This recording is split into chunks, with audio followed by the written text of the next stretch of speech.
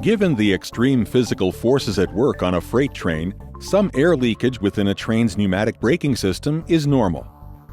One component where leakage is common is the brake cylinder located on every car. Let's take a look.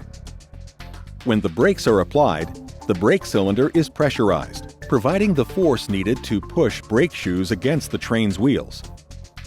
When a train brakes for ordinary and short durations, such as for curves or to reduce speed, any brake cylinder leakage that occurs is modest and can be replenished through system recharging once the brakes are released.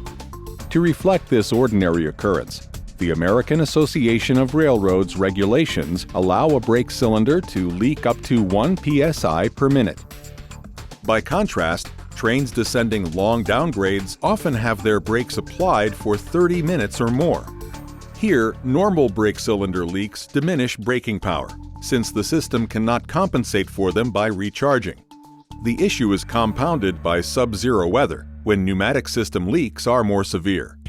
New York Air Brake's new DB60 II with brake cylinder maintaining solves the problem by constantly compensating for lost brake cylinder pressure and preserving up to 85% of their braking power, even on long downgrades. One key benefit of this exclusive technology is increased train safety. Yet brake cylinder maintaining also increases productivity by increasing the accuracy of Wayside detection systems and keeping rail cars in service longer.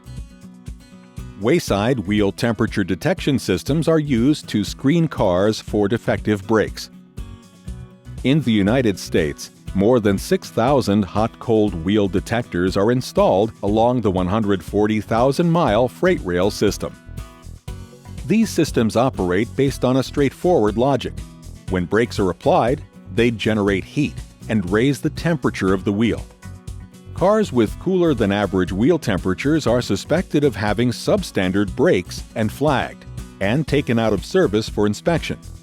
Unfortunately, perfectly sound brakes are often flagged simply because they have not been fully applied due to lost pressure and leaks, as seen on long downgrades.